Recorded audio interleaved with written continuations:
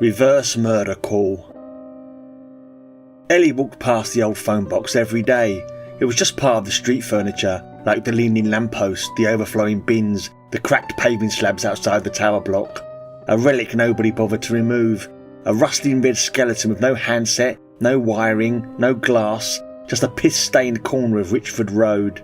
It was as much a part of the place as her family was. 3 generations had lived in the same block.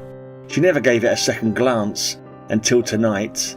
Because tonight, as she walked home with a bag of reduced to clear groceries, the phone box rang. A sharp, old-fashioned BRRING! It didn't belong in 2026. Ellie stopped, turned, frowned. The box looked different, cleaner, glass intact, paint brighter, like it had slipped back into its own past. Odd, she murmured. I thought that thing was inactive. It rang again. Before she could think, she stepped inside and lifted the receiver. Hello? Hello? A woman said at the exact same moment.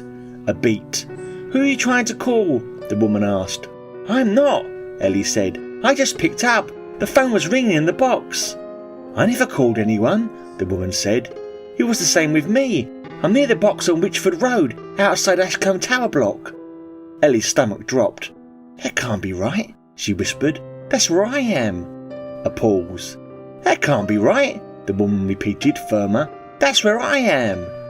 A faint baby's grizzle sounded down the line. Shh, Maggie, I'm talking on the phone, the woman murmured. Ellie's breath caught. Maggie is my mum's name, she whispered, and then she started to cry. Oh, what's wrong, love? You can tell me. She's been unwell. She can't get out anymore, Ellie said, wiping her face. It's the bloody mould in these flats. Done her lungs in. What's your name, dear? I'm Eileen, by the way. Feel free to vent, I'm all ears. Ellie froze. That was my grand's name, she whispered. I'm Ellie. I was sort of named after her. Mum's ill, and my boyfriend is suffocating. I think I love him, but... I know that feeling, Eileen said softly. I'm the same. Trapped. Got the baby. I'm just surviving. It's not really living. Take my advice, love. Don't settle. Ellie pressed the receiver to her forehead. Thank you, she whispered. I'm sorry, sweetheart, but I have to go, Eileen said suddenly. I've just seen the Paul's man, and if I'm not home to pay him, Albert will have a fit. Ellie's heart lurched. Albert, her granddad's name.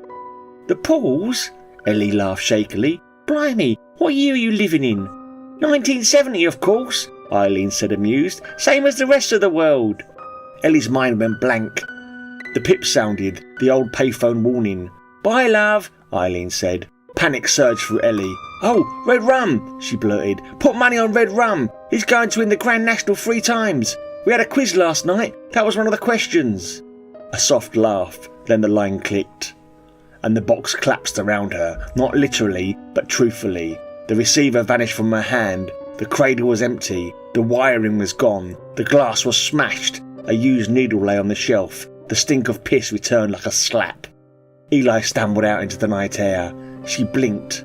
Why was she here? She never came to this part of town. Gran had lived here once, back in the 70s. But Mum had grown up somewhere better. Ellie had grown up somewhere better. Gran had moved out in 79, after leaving Albert, after her big wins on the horses. Everyone in the family knew that story. Her phone buzzed. A message from Mum. Where are you? Don't forget we're meeting at the restaurant at 8:30. I've already booked the table. Ellie smiled. Of course they were meeting. They always met on Thursdays. Mum loved that place. Ellie slipped her phone into her pocket and headed toward her car, leaving the derelict phone box behind her.